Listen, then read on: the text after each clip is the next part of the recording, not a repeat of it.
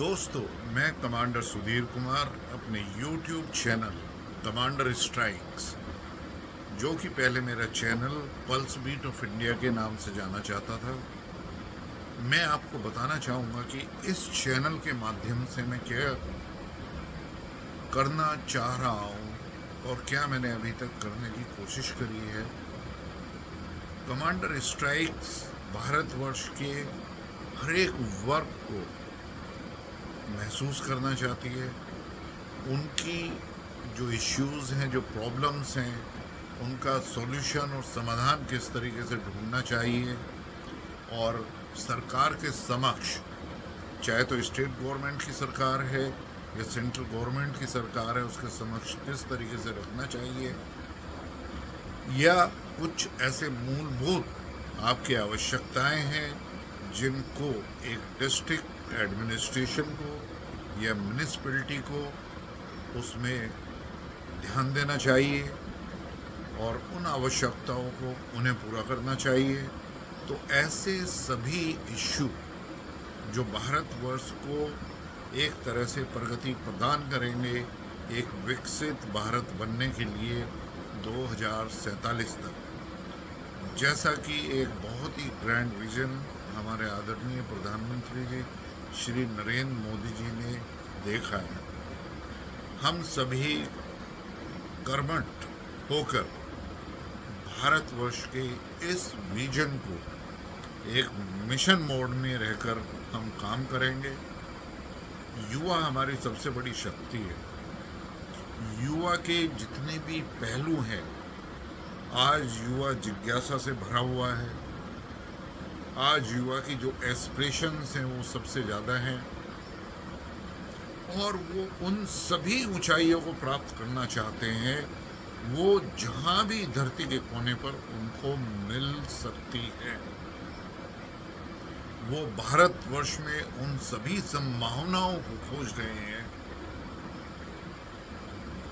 जिन संभावनाओं से भारतवर्ष एक विकसित भारत ही नहीं बल्कि सबसे अग्रणी इकोनॉमी वो 2070 या 2075 तक बन जाए। और फिर उसी तरह से जिस तरीके से भारतवर्ष ने 12th सेंचुरी तक पूरे विश्व का ट्रेड में मार्गदर्शन किया, पूरे विश्व की जीडीपी का हिस्सा हम करीब 30 से 33% तक रहे हैं 12th सेंचुरी तक। इतने भारतवर्ष में इन्वेडर्स आए और भारतवर्ष को इसी के कारण सोने की चिड़िया कहा जाता था। हमारे पास में नालंदा जैसी विश्वविद्यालय, तक्षशिला जैसी विश्वविद्यालय और अनेक ऐसे शिक्षा संस्थान थे जिसमें करीब 20 से 30 हजार स्टूडेंट्स वो करीब 60 से 70 देशों से, पूरे विश्व से वहाँ पर उच्च शिक्षा को ग्रहण करने के लिए आते थे। हमारा गुरुकुल सिस्टम भारतवर्ष का एक तरीके से हमारा अभिन्न अंग था हमें विश्व गुरु बनाने के लिए। जो हमारी गुरु और चेला या गुरु और शिष्य जो एक शिक्षा प्रणाली भारतवर्ष में थी वो इतनी विकसित और इतनी मजबूत और सुदृढ़ थी कि वो एक युवा का या एक बच्चे का किस तरीके से सिर्फ मानसिक संतुलन के साथ साथ शिक्षा का किस तरीके से उसका उत्थान करती थी, जिसको आज हम बोलते हैं IQ एंड EQ दोनों का डेवलपमेंट हमारी गुरुकुल शिक्षा प्रणाली के द्वारा होता था।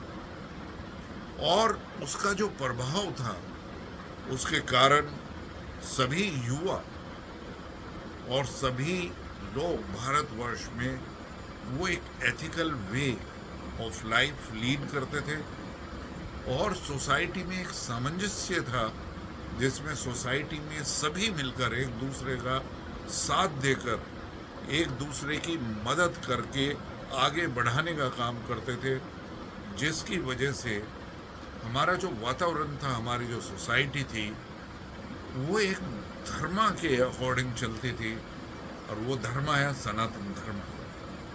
सनातन धर्म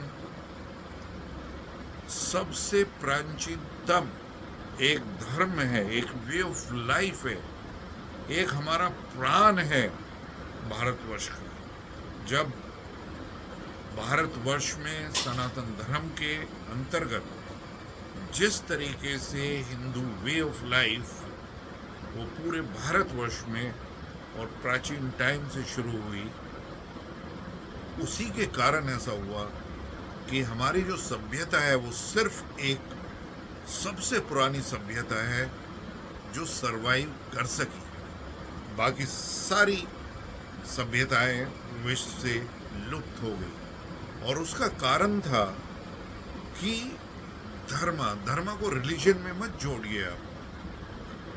धर्म, राष्ट्र धर्म, इसी तरीके से हमारा सोसाइटी के प्रति धर्म, इसी तरीके से हमारा हर रिलेशनशिप में एक दूसरे के लिए रेस्पेक्ट, और धर्म के अनुसार जो है वो हम किस तरीके से अपने कार्यकलाप या किस तरीके से हम अपने जीवन को आगे बढ़ाएंगे, इन सभी का लेख वो हमारे ग्रंथों में मिलता है।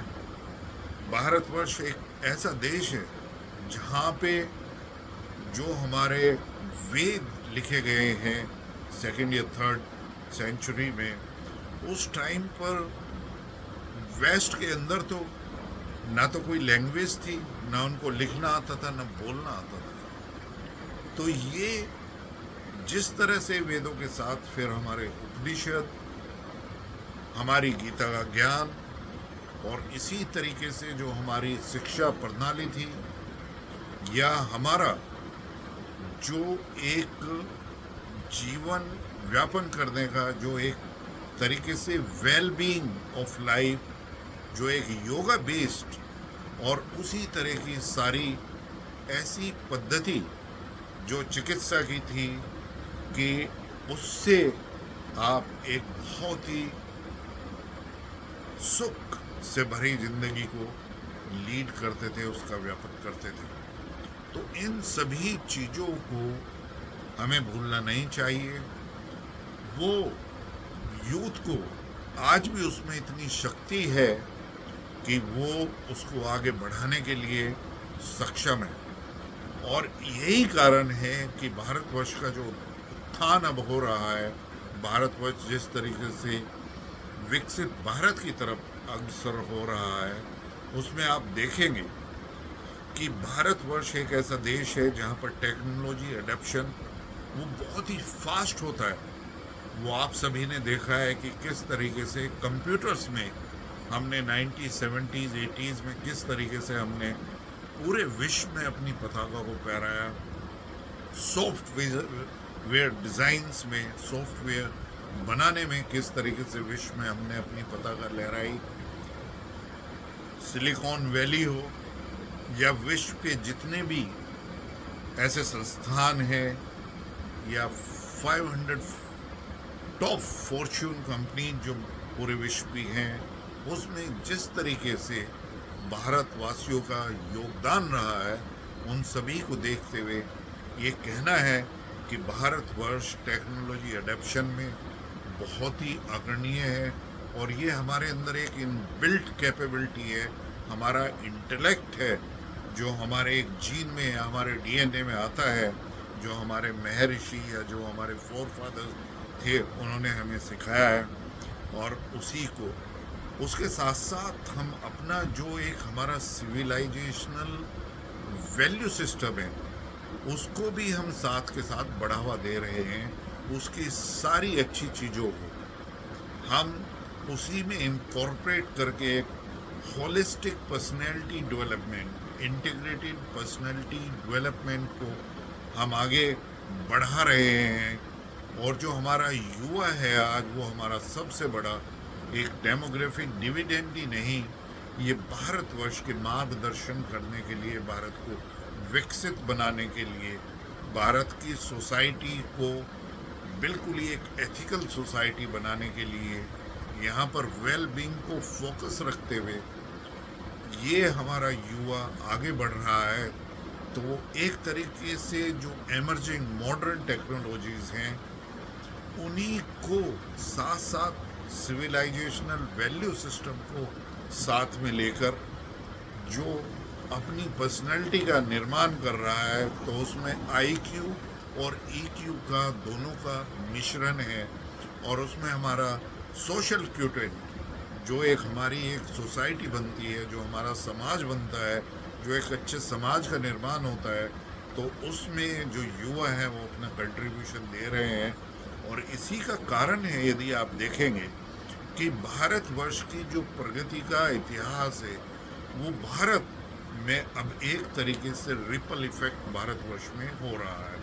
भारतवर्ष की प्रगति जो कहते थे पहले, दिनों दिन रात चौगनी, उस तरफ भारतवर्ष अग्रसर हो रहा है। आप देखेंगे कि स्टार्टअप इकोसिस्टम 2014 के अंदर जब हम काउंट कर सकते थे अपने फिंगर्स पे, और ये 500 या 1000 हमारे स्टार्टअप होते थे, वो आज 2024 के जून में पहुंचते पहुंचते 1,50,000 से भी ऊपर हमारे स्टार्टअप हैं, जहां पर करीब 120 से 130 हमारे यूनिकॉर्न हैं। तो आप देखिए किस तरीके से प्रगति की है। आज हमारा जो ऑटोमोबाइल सेक्टर है वो पूरे विश्व में तीसरा सबसे बड़ा ऑटोमोबाइल सेक्टर हमारा है, और स्टार्टअप इकोसिस्टम में भी हो सेकंड और थर्ड प्लेस पे। इसी तरीके से आप देखेंगे कि हमारी जो रेलवे लाइन का हमने जो इलेक्ट्रिफिकेशन किया है वो कई देशों में पूरी रेलवे लाइन के बराबर जो है वो पिछले 10 वर्षों में ही हमने कर दिया है। इसी तरीके से हाईवे जिस स्पीड से हमने बनाए हैं, करीब 58 से 60,000 किलोमीटर जो हाईवेज हमने बनाए हैं, उसका कारण है कि भारत का जो सप्लाई चेन है, ग्लोबल सप्लाई चेन से किस तरीके से भारतवर्ष आज अपने को एक तरीके से उसके साथ अपने को जोड़ रहा है और उसको इम्प्रूव कर रहा है। और आपने देखा होगा कि हमारे एयरपोर्ट की संख्या जहां 2014 में कुल 70-72 थी, वो बढ़कर जो है वो करीब 150 के करीब हो गई है। इसी तरीके से जो हमारे पोर्ट्स थे, उन पोर्ट्स की संख्या ही नहीं बढ़ी है, लेकिन पोर्ट्स के ऊपर जो बड़े बड़े मालवाहक जहाज आते हैं, कंटेनर शिप आते हैं, वो बड़े आज हमारे पोर्ट्स पर आ रहे हैं, और उसका जो टनेज हम मैनेज कर रहे हैं पोर्ट्स में, और फिर पोर्ट से निकलते के साथ ही जो कंटेनर या सामान जब बाहर निकलता है ग्लोबल सप्लाई चेन में आने के बाद में, उसकी जो निकसाई है एक तरीके से बाहर निकलने में बिल्कुल भी जस्ट इन टाइम है, JIT। इसका मतलब है कि कंटेनर आया, शिप रुका, ऑटोमेटिकली वो ट्रांसपोर्ट में या डेडिकेटेड फ्रेट कॉरिडोर के अंदर वो रेलवे के ऊपर जा रहा है, और फिर जहाँ पर उसको एक्चुअली कंजम्पशन होना है वो उससे जुड़ रहा है।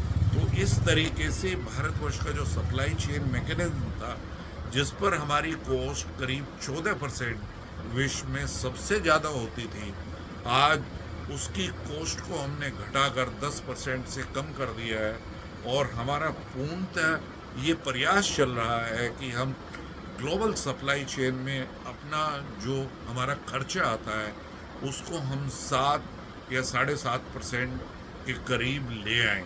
यदि हम ऐसा करते हैं तो दोस्तों हमारी GDP में उसका जो प्रभाव आएगा वो एक रिपल इफेक्ट की तरह से होने वाला है, क्योंकि एक तरफ सड़कों का जाल हमने बुना है, दूसरी तरफ जो है हमने ग्रीन एनर्जी ट्रांजिशन का एक तरीके से उसके लिए बहुत ही हम प्रोत्साहन कर रहे हैं, दूसरी तरफ डेडिकेटेड फ्रेट कॉरिडोर हैं। तो इन सभी से हमारा जो ग्लोबल सप्लाई चेन है वो बहुत ही सुदृढ़ हो रहा है।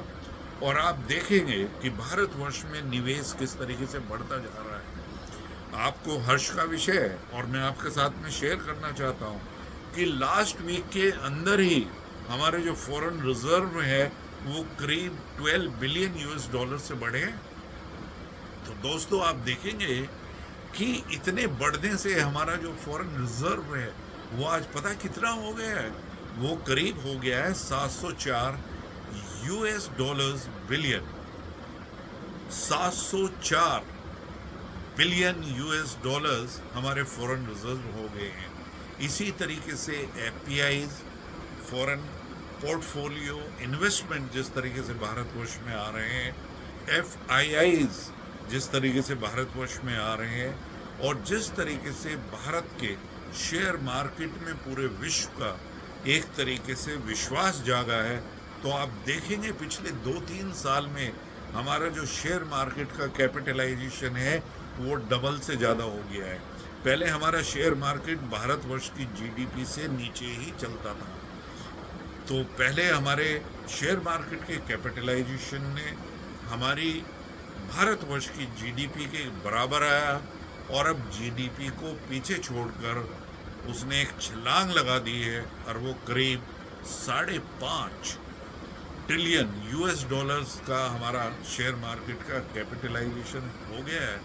तो ये सभी जितने भी भारतवर्ष की इकोनॉमी के माइक्रो पैरामीटर्स हैं, मैक्रो पैरामीटर्स हैं, दोस्तों वो आप सभी हेल्दी हैं। जितनी भी आप रेटिंग एजेंसीज लें, चाहे तो फिच रेटिंग एजेंसी को लें या मूडी रेटिंग एजेंसी को लें, जेपी मॉर्गन का यदि हम एनालिसिस देखें, या आईएमएफ की प्रेडिक्शन देखें, या फिर जितने भी अर्थशास्त्री हैं पूरे विश्व के, जितने भी इकोनॉमिस्ट हैं, नोबेल लॉरेट्स हैं जो इकोनॉमिक्स में हैं, WEF वर्ल्ड इकोनॉमिक फोरम है, या वर्ल्ड बैंक है, या एशियन डेवलपमेंट बैंक है, ब्रिक्स बैंक है, इस तरीके से सभी लोग एक कह रहे हैं कि भारतवर्ष इस वक्त एक वो ब्राइट स्पॉट है इकोनॉमी में। जिस तरीके से हम आगे बढ़ रहे हैं, हमारा जो विकास है वो 7%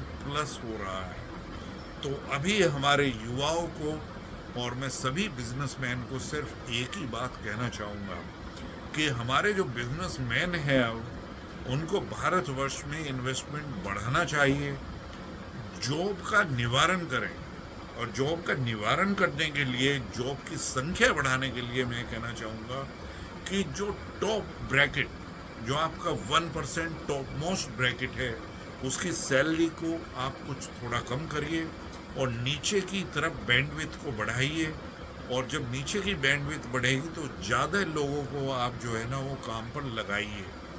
ये इसलिए है कि ज़्यादा से ज़्यादा लोगों को जॉब मिल सके, क्वालिटी जॉब। और फिर यहाँ पर हमारा जो NSDC है, नेशनल स्किल डेवलपमेंट काउंसिल, या हमारी स्किल मिनिस्ट्री है, उसमें अभी हमारे एक युवा मिनिस्टर आए हैं जयंत चौधरी जी, या वहाँ पर जो NSDC के CEO हैं वेदबनी तिवारी जी, या स्किल मिनिस्ट्री के जो सेक्रेटरी है मिस्टर तिवारी, ये सभी बहुत ही अच्छा योगदान कर रहे हैं। और इस बार का जो बजट है उसमें 4 ऐसी स्कीम लाई हैं जहाँ पर जो हमारी बड़ी बड़ी कंपनियां हैं उसमें जो अप्रेंटिसशिप की एक स्कीम रखी गई है, जिसके तहत सभी जो अप्रेंटिसशिप ट्रेनिंग वहाँ पर लेंगे, एक तरीके से उन सभी को किस तरीके से एक फाइनेंशियल हेल्प का प्रावधान किया गया है हर महीने, और एक बार एक मुश्त राशि भी करीब वो 6,000 रुपये उन सभी को दी जाएगी। और इन स्कीम के तहत करीब 1 करोड़ लोगों को वो जॉब से या एक तरीके से स्किलिंग और ये ऑन जॉब ट्रेनिंग इसके लिए किया जाएगा। आज भारतवर्ष का ये मंत्र बन चुका है, स्किलिंग, अप स्किलिंग, री स्किलिंग, और ये बहुत ही महत्वपूर्ण है। आज जितने भी मिशन हैं, टेक्नोलॉजी मिशन, चाहे वो आर्टिफिशियल इंटेलिजेंस मिशन हो, क्वांटम मिशन हो, रोबोटिक्स मिशन हो, सेमीकंडक्टर मिशन हो, नैनो इलेक्ट्रॉनिक्स मिशन हो, या UAV ड्रोन से जुड़ा हुआ मिशन हो, इन सभी में जो फाइनेंशियल कंट्रीब्यूशन है वो काफ़ी अच्छी तरीके से हम कैपिटल एक्सपेंडिचर कर रहे हैं। मैन्युफैक्चरिंग को उत्थान देने के लिए भारतवर्ष ने जिस तरीके से PLI प्रोडक्शन लिंक्ड इंसेंटिव का एक तरीके से रास्ता जो सुझाया है, उसमें करीब करीब 1,50,000 करोड़ रुपए हम पीएलआई स्कीम में डाल रहे हैं, और जिससे made in India, make in India जो है वो एक प्रोग्राम एक बहुत ही सक्सेसफुल बन रहा है और प्रगति की तरफ चल रहा है। और हमारा पूर्णतः विश्वास है कि आज हम मैन्युफैक्चरिंग का जो हिस्सा भारतवर्ष की जीडीपी में वो करीब 15 से 16% है, तो उसको बढ़ाकर हम 23, 22, 24 तक जो है ना ले जाएंगे जल्दी ही, और उसको हम प्राप्त कर लेंगे। इसी तरीके से कृषि को, कृषि क्षेत्र का योगदान कोविड के टाइम पर बहुत ही महत्वपूर्ण रहा है। इस क्षेत्र ने जिस तरीके से प्रगति दिखाई है, हमारे किसान भाइयों ने जिस तरीके से भारतवर्ष की इकोनॉमी को योगदान कोविड के दौरान दिया है, ये बहुत ही महत्वपूर्ण है।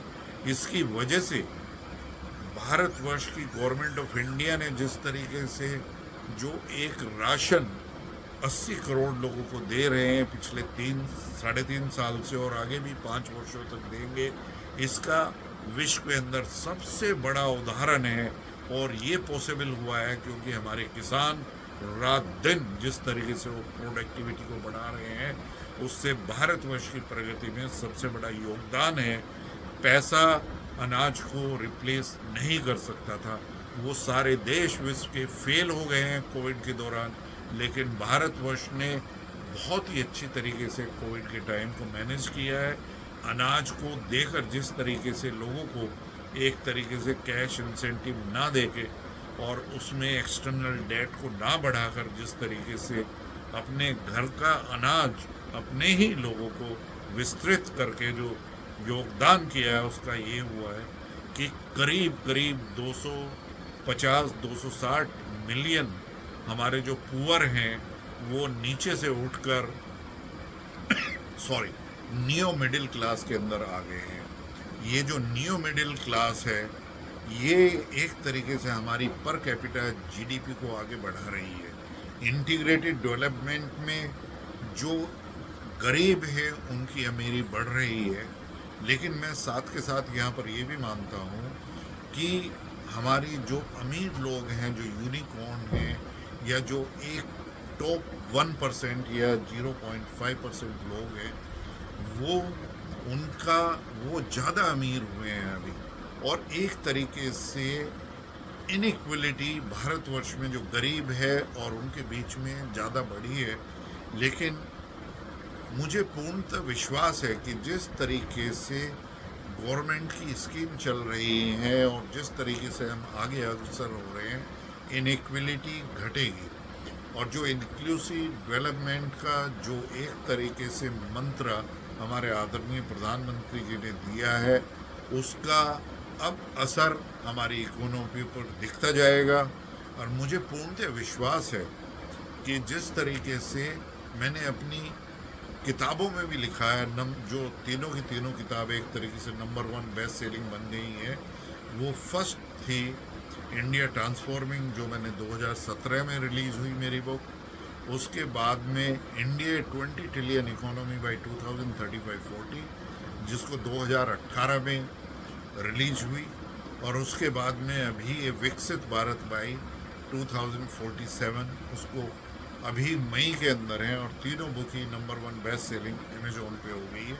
तो मेरा मंत्र ये है कि भारतवर्ष की जो जीडीपी है वो डेफिनेटली, जो मैंने अपनी एनालिसिस दी है अपनी किताबों में, और जो मैंने एक तरीके से बेस आप सभी के साथ में शेयर किया, एक और दूसरी वीडियो इससे पहले मैंने बनाई है, मुझे पूर्णतः विश्वास है कि भारतवर्ष 2047 तक $38 ट्रिलियन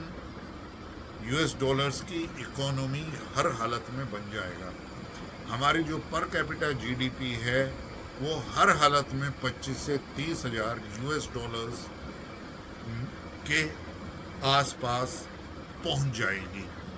अब आप कहेंगे ये कैसे होगा, कैसे ये हो सकता है? तो दोस्तों, मैं बहुत ही जल्दी आपको एक कैलकुलेशन देता हूँ, और मैं अपनी कैलकुलेशन और एनालिसिस का बेसिस भी आपको प्रदान करता हूँ, और वो ईयर में लेता हूँ 2023। 2023 में भारतवर्ष की जीडीपी सिर्फ 3.25 US dollar 3.25 trillion US dollars थी।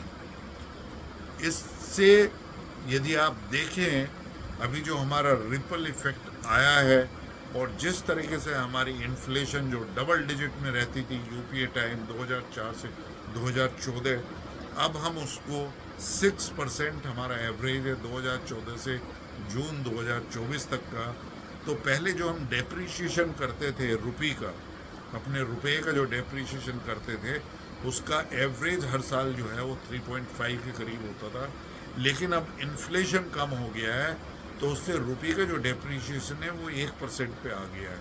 और यदि 1% पे आया है तो उसका प्रभाव क्या पड़ेगा कि उसका प्रभाव ये होगा कि जो हमारी नॉर्मल ग्रोथ है 7%, तो इसमें हमें थोड़ा एम्बिशियस होना पड़ेगा और इस ग्रोथ को यदि हम 7 से 8% बढ़ा देते हैं और फिर उसमें जो इन्फ्लेशन 6% है उसको जोड़ते हैं तो 18 + 6 14%। तो मेरा कहना ये है कि यदि हमारी नॉर्मल जीडीपी 12 to 14% के साथ में बढ़ती है तो आगामी 25 साल यदि 2023 से 2048 या अगस्त 2047 जो हमारा टारगेट है वहाँ तक लेते हैं तो ये हमारी इकोनॉमी हर 6 साल के बाद डबल होती जाएगी। तो इसकी यदि मैं कैलकुलेशन आपको दूं, जो मैंने अभी 2 मैक्रो पैरामीटर्स जो इकोनॉमी के मैंने आपको समझाए हैं, उसके कारण यदि आप देखें कि यूएस डॉलर्स 3.25 ट्रिलियन इन 2023 में है, 6 साल 2029 में वो हो जाएगी यूएस डॉलर 6.50 ट्रिलियन डॉलर्स। 29 से 6 साल 2035 में ये हो जाएगी यूएस डॉलर्स 13 ट्रिलियन। फिर 2035 से 2041 में ये हो जाएगी 13 को मल्टीप्लाई बाई 2 तो ये हो जाएगी 26 ट्रिलियन यूएस डॉलर्स की हो जाएगी। और फिर 2041 से 6 साल यदि आप लगाएंगे तो ये हमारी इकोनॉमी बैठती है यूएस डॉलर्स 52 ट्रिलियन 2047 में। तो दोस्तों ये सिंपल। अब आप कहेंगे ऐसा कैसे हो सकता है? आप बिल्कुल, आपका ये सवाल बहुत ही वाजिब है और मैं इसको आपको एक्सप्लेनेशन एक उदाहरण के तौर पर देना चाहूँगा। आप देखेंगे कि जापान ने 1970 से 1995 25 साल में जो प्रगति करी है जापान ने, उसमें जापान का वो समय आया जहाँ पर उसकी इकोनॉमी में एक कंपाउंड इफेक्ट देखा गया। और उस कंपाउंड इफेक्ट में आप सरप्राइज करेंगे, आश्चर्य करेंगे कि जापान ने अपनी इकोनॉमी को 25 साल में 25 से 26 गुना किया है। क्या आप सोच सकते हैं? नहीं। लेकिन ये जो उदाहरण मैं आपको दे रहा हूँ, ये मेरा उदाहरण बिल्कुल सटीक है। आप इसको गूगल कर सकते हैं। आप देखिए कि जापान ने 25 साल में किस तरीके से अपनी इकोनॉमी को 25 से 26 गुना बढ़ाया। अब दूसरी एग्जाम्पल लेता हूँ मैं चाइना, क्योंकि आजकल हर एक कोई चाइना की एग्जाम्पल लेता है, हर एक उससे मंत्रमुग्ध होकर चाइना की तारीफ करता है कि चाइना ने किस तरीके से। तो चलो चाइना की भी एग्जाम्पल लेते हैं।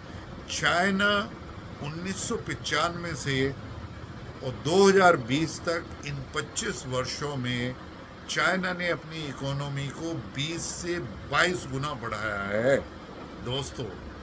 क्योंकि ये चाइना का समय था, ये कंपाउंड इफेक्ट इकोनॉमी में हुआ। मैंने अपनी किताब में इसको रिपल इफेक्ट ऑफ इकोनॉमी बोला है। और उसके कारण है जब चारों तरफ सारी चीज़ें, पॉलिसीज़ और एक गवर्नमेंट का कमिटमेंट और एक लीडरशिप का कमिटमेंट एक विजन की तरफ बढ़ता है मिशन मोड में, तो आज हम जितनी मेहनत हमने पिछले 10 सालों में करी है, अब हम 3 गुना उससे ज़्यादा प्रगति और उसमें प्रयास कर रहे हैं, जिसकी वजह से अब ये रिपल इफेक्ट भारतवर्ष की इकोनॉमी में हर हालत में महसूस हो रहा है। पूरे विश्व को महसूस हो रहा है, पूरे अर्थशास्त्रियों को महसूस हो रहा है, जितने भी इकोनॉमिस्ट हैं, नोबेल लॉरेट हैं, या जो कंपनीज के बड़े बड़े सीईओ हैं, एमर्जिंग टेक्नोलॉजीज के सीईओ हैं, वो सभी महसूस कर रहे हैं कि भारतवर्ष का ये डिकेड है, कि भारत, ये सेंचुरी भारतवर्ष की है, और भारतवर्ष के पराक्रम को हम बहुत ही पॉजिटिविटी से आगे लें। हम कहीं पे भी इस तरीके से कोई कैलकुलेशन ऐसी नहीं करें जो गलत हो और जो आपका मार्गदर्शन करें। तो दोस्तों, मैं जो आपको आंकड़ा दे रहा हूँ अपनी इकोनॉमी का, ये देखा होगा कि ये आपको आंकड़ा केवी सुब्रमण्यन, जो हमारे चीफ इकोनॉमिक एडवाइज़र रहे हैं, जो वर्ल्ड बैंक में जिन्होंने सर्व किया है, जो आईएमएफ में भी हैं, और जो और भी आईवी बिजनेस स्कूल में प्रोफेसर हैं, सभी लोग आप उनको जानते हैं, उन्होंने भी मेरे साथ साथ किताब लिखी है। उनकी किताब जो है वो भारत बाई भारत एट 100, मतलब भारत एट 100, मतलब जब भारतवर्ष पूरे अपने इंडिपेंडेंस के 100 साल पूरे करेगा तो भारतवर्ष क्या होगा। तो उन्होंने लिखा है कि भारतवर्ष की इकोनॉमी वो बड़े आराम से यूएस डॉलर्स 55 ट्रिलियन हो जाएगी। लेकिन दोस्तों, उसके साथ साथ और भी लोग हैं, जैसे आरबीआई और गवर्नमेंट ऑफ इंडिया, उनका जो एक तरीके से उन्होंने जो अपनी कैलकुलेशन दी है, उन्होंने बहुत ही मोडेस्ट कैलकुलेशन करी है। उन्होंने कहा है कि हमारी इकोनॉमी करीब करीब वो 30,000 के आसपास पहुँचेगी। 30 यूएस डॉलर्स 30 ट्रिलियन के आसपास हमारी जीडीपी पहुंचेगी। ये कैलकुलेशन है आरबीआई और गवर्नमेंट ऑफ इंडिया की। लेकिन जेपी मॉर्गन है, काफ़ी और दूसरे लोग भी हैं जिन्होंने अपनी एनालिसिस करके अलग अलग फिगर हमारी जीडीपी को दी है। और मिस्टर केवी सुब्रमण्यम ने अपनी किताब में करीब लिखा है कि बड़े आराम से भारतवर्ष की जो पर कैपिटा जीडीपी है वो 40,000 यूएस डॉलर्स 2047 तक पहुंच जाएंगे। लेकिन दोस्तों, मैंने अपनी किताब में जो 6 मई को रिलीज़ हुई और 7 मई को ही वो नंबर 1 बेस्ट सेलिंग बन गई, ए विकसित भारत @2047, उसमें मैंने जो अपनी एनालिसिस दी है, वो मैंने क्यों बोला है कि यूएस डॉलर्स 38 ट्रिलियन होएगी 2047 में, और हमारी पर कैपिटा इनकम होगी करीब यूएस डॉलर्स 25 to 30,000, क्योंकि मैंने जियो पॉलिटिक्स के काफ़ी जो रिस्क पूरा विश्व एनकाउंटर कर रहा है, जो हमारे यूका वर्ल्ड के जो चैलेंजेस हैं, और जिस तरीके से जो विश्व के जियो पॉलिटिक्स चैलेंजेस हैं, जैसे यूक्रेन और रशिया के बीच में वॉर, वो 1 साल से क्या 1.5 साल के करीब हो गया है। इसी तरीके से 1 साल हो गया है इसराइल को हमास के खिलाफ या हिजबुल्ला या फिर हौती के खिलाफ लड़ना पड़ रहा है, और फिर वो ईरान भी बीच में आ गया है। तो जिस तरीके से हमारा पूरा ही मिडिल ईस्ट बिल्कुल अनस्टेबलाइज्ड है, तो इसी तरीके से जो अप हिविल्स है, इससे बीच में कोविड का प्रकरण सभी ने देखा, जो बहुत ही एक अनप्रेसिडेंटेड त्रासदी पूरे विश्व को महसूस हुई। सॉरी, इन सभी को देखते हुए मैंने इन रिस्क एलिमेंट को लगाते हुए जो एक अपनी एनालिसिस दी है, उसमें कहा है कि हमारी इकोनॉमी वो यूएस डॉलर्स 38 ट्रिलियन हो जाएगी 2047 तक, और हमारी पर कैपिटा इनकम वो करीब करीब 25-26 हज़ार यूएस डॉलर्स से बढ़कर 30,000 यूएस डॉलर्स के आसपास पर कैपिटा हो जाएगी। काफ़ी कम लोगों को पता है कि परचेज पावर कैपिटी में ऑलरेडी परचेज पावर पैरिटी में भारतवर्ष ऑलरेडी तीसरे नंबर की अर्थव्यवस्था है, और हमारी इकोनॉमी परचेज पावर पैरिटी में ऑलरेडी यूएस डॉलर्स 40 ट्रिलियन के आसपास है। हम यूएसए और चाइना के बाद में तीसरे नंबर पर हैं। और ये भी मैं आपको विश्वास दिलाना चाहता हूँ कि हम हर हालत में जो हमारा फाइनेंशियल ईयर 2027-28 है, उस तक हम जर्मनी और जापान को पीछे छोड़ते हुए हम तीसरे नंबर की सबसे बड़ी अर्थव्यवस्था पूरे विश्व की हर हालत में बन जाएंगे। तो दोस्तों, मेरा कहना यही है कि मैं कमांडर स्ट्राइक्स अपने यूट्यूब चैनल के माध्यम से आपको इस प्रोग्रेस के बारे में मैं बताता रहूँगा, और ये बिल्कुल निष्पक्ष होके मैं अपने सुझाव आपके सामने रखता हूँ, अपने विचार। यदि आपको पसंद आते हैं और यदि ये वीडियो आपको पसंद आया है तो उसको लाइक करिए, सब्सक्राइब करिए और अपने दोस्तों को भी इसके बारे में बताइए, और आपके सुझाव का मैं इंतज़ार करूँगा। Till next, enjoy your life, be happy. जय हिंद।